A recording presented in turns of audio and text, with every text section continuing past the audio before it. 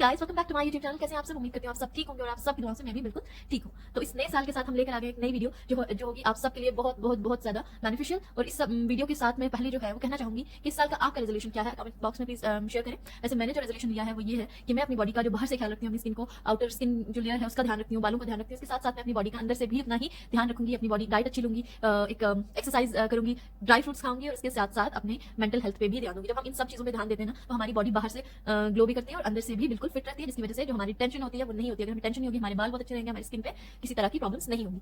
तो स्टार्ट करते हैं अपनी ये वीडियो जो है आज एक होममेड शैम्पू, और इसकी रेसिपी मैं आप सबके साथ शेयर करूंगी। अब एक कॉमन रेसिपी हम इंडियन सब लोग जो यूज करते हैं, उस रेसिपी को भी मैंने किसी की वीडियो पे देखा और यूज किया। अभी नहीं किया, जब मैं स्टार्टिंग अपनी डेज में टीनेजर थी तब मैंने यूज किया। और वो एक कॉमन रेसिपी है जो आंवला रीठा वाली रेसिपी है, उसको मैंने यूज करना शुरू किया। अब उसको एक लॉन्ग टाइम चाहिए उसको यूज करना, और उसको अपनी बॉडी वो जो हमारी चेंजेस लाना शुरू करता है तो उससे आपके बाल बहुत ज्यादा झड़ने शुरू हो जाते हैं, जो एडजस्टिंग टाइम होता है ना उसमें। लेकिन अगर आपके बाल ऑलरेडी बहुत कम है, थिनिंग हो रही है बालों की, हो चुकी है बालों की थिनिंग, तो उस पर अगर आप वो यूज करो और आपका जो बाल है वो एडजस्टमेंट करने के लिए ज्यादा हेयर फॉल होने लगे तो वो काफी ज्यादा हमारे लिए ट्रॉमा हो जाता है कि नहीं, ये चीज हमारे लिए सूट नहीं कर रही, या फिर हम परेशान हो जाते हैं उसकी वजह से ज्यादा। तो मैंने एक नई रेसिपी काफी ज्यादा पढ़ा और उसके बाद समझा, तो मुझे लगा कि एक डायरेक्ट जो होता है ना ट्रांजिशन, वो नहीं कर सकते अपने बालों के साथ कि हम डायरेक्ट नेचुरल सोप्स पे आ गए। उसमें नेचुरल इंग्रेडिएंट्स रीठा या फिर आंवला हम यूज करते हैं, वो बालों को इतनी ज्यादा प्रॉब्लम नहीं डालता जितना कि उसमें जो रीठा होता है, जिसकी सोप वाली प्रॉपर्टीज है, वो डालता है। अब अपने बालों को धोने के लिए और वो जो हमें सेटिस्फेक्शन आती है जब हमारे बाल अच्छे से लेदर फॉर्म होती है और हमें क्लींजिंग इफेक्ट मिलता है, वो हमें नहीं होता उस शैम्पू से। ठीक है, तो मैं ये जो रेसिपी बताऊंगी ये काफी ज्यादा नेचुरल है, लेकिन इसमें जो हम सोप यूज करेंगे वो सोप होगा, वो बहुत ज्यादा हार्श केमिकल से बना हुआ सोप नहीं है।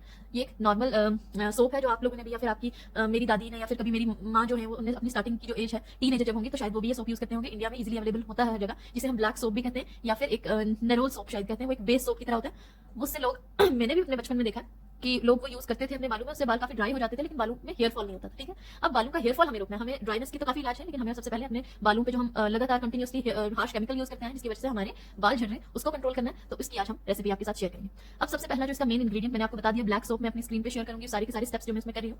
तो ब्लैक सोप हम यूज करेंगे जो आपके बालों में एक अच्छी लेदर भी बनाएगा और आपके बालों में क्लींस भी करेगा, क्लींजिंग का इफेक्ट भी मिलेगा। ठीक है, अब इस सोप को क्या करना है, आपको ग्रेट करके एक बॉल में ले लेना है कांच के, और उसे रख लेना साइड पे। ठीक है, अब ये लेके आपने ग्रेट करके रख लिया, मैं ऊपर मेंशन कर दूंगी, और अगर ये फ्लिपकार्ट या फिर अमेजॉन पे अवेलेबल है तो मैं इसका लिंक भी डिस्क्रिप्शन में डालूंगी, आप चेक कर सकते हैं। वैसे ये लोकल शॉप्स पे इजीली अवेलेबल होता है और काफी कम पैसे में। ठीक है, अब ये बना के हमने रख दिया। अब आप इसमें अपनी मर्जी की चीजें ऐड कर सकते हैं।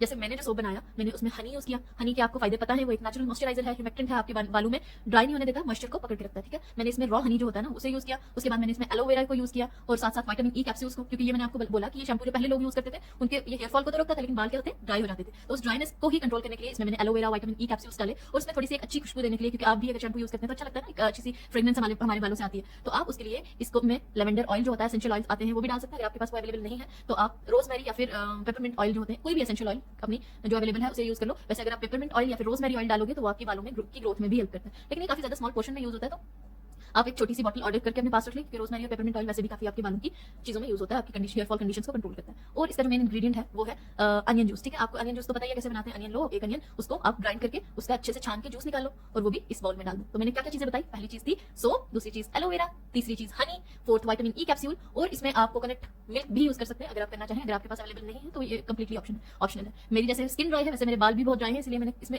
वही चीजें डालने की कोशिश की जो मेरा हेयर फॉल कम करे और मेरे बालों को एक नेचुरल मॉइस्चराइजिंग इफेक्ट दे। तो मैंने इसमें वो चीजें डाली। आपको भी पता होगा कि आपके बालों की कंडीशन क्या, आप वो यूज करें, लेकिन हेयर फॉल को तो ये 100% रोक देगा और आपके बाल स्मूथ एंड सिल्की बनाएगा। तो इसकी रेसिपी इस सारी चीजों को मिक्स कर देना है एक बाउल में, और उसके बाद इसको ये जो सोप के साथ इसे आपने क्या करना है, मेल्ट कर लेना है वार्म वाटर के ऊपर, इस बॉल को रखना है और इसको मेल्ट होने देना, और इन सब चीजों को अच्छे से मिक्स कर लो। आप हैंड ब्लेंडर भी यूज कर सकते हैं इसको मिक्स करने के लिए, या फिर इसको पानी में छोड़ के ढक दो ताकि इसके सारे कंटेंट्स अच्छी तरह से मिक्स हो जाए, सोप अच्छे से मेल्ट हो जाए और इन सब चीजों में मिक्स हो जाए। इसके बाद आप इसको स्ट्रेनर से स्ट्रेन भी कर सकते हो, या फिर इसको ऐसा आप बॉटल में डालो और इसको स्टोर कर लो, और ये आपका एक नेचुरल शैम्पू हो जाएगा जो आप इजीली अपने घर पे बना सकते हैं और इसे यूज कर सकते हैं आपके हेयर फॉल के लिए, आपके ड्राई हेयर्स के लिए, और या फिर आपकी जो कलर्ड हेयर है, आपने बालों को कलर करवा दिया, या फिर अपने बालों पे कोई ट्रीटमेंट करवाया और आपके पास वो जो महंगे शैम्पू है, सल्फेट फ्री शैम्पूज आप नहीं ले सकते, तो आप इस शैम्पू को यूज करो, आपको बहुत अच्छे रिजल्ट्स मिलेंगे। अगर आपके बालों को डैमेज हो गया किसी ट्रीटमेंट की वजह से तो उसको भी ये क्योर करेगा। आप इस शैम्पू को जरूर ट्राई करें और कमेंट में अपना एक्सपीरियंस शेयर करें कि आपको ये शैम्पू कैसा लगा, और मेरी वीडियोस को लाइक करें, शेयर करें, और मेरे चैनल को सब्सक्राइब करना कभी ना भूलें। और मुझे ऐसे वीडियोस को मैं आप तक पहुंचा सकूं, ऐसी टिप्स प्लीज मेरे चैनल को सब्सक्राइब करें, ताकि मुझे भी एक हिम्मत मिलती रहे कि मेरी फैमिली मेरे साथ है,